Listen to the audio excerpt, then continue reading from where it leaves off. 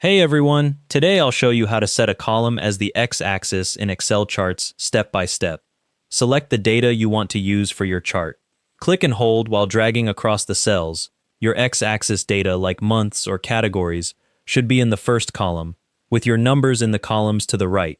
Once your cells are highlighted with a border, head up to the Insert tab in the ribbon. In the Charts group, pick the chart type you want, column, line, or bar.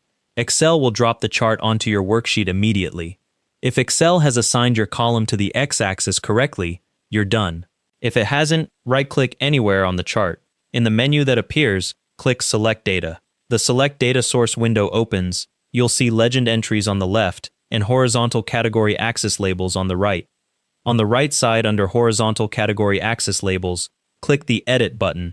A small Axis Labels window pops up. In the Axis Label range box, you'll either type the cell range you want or click the small Select Range icon and then click and drag across the cells in your spreadsheet that contain your x-axis labels.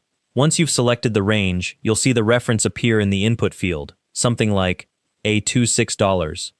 Click OK in the Axis Labels window to close it. You're back in the Select Data Source dialog. Click OK again to close that one. Your chart now shows the updated labels along the x-axis. Here are a few things to keep in mind.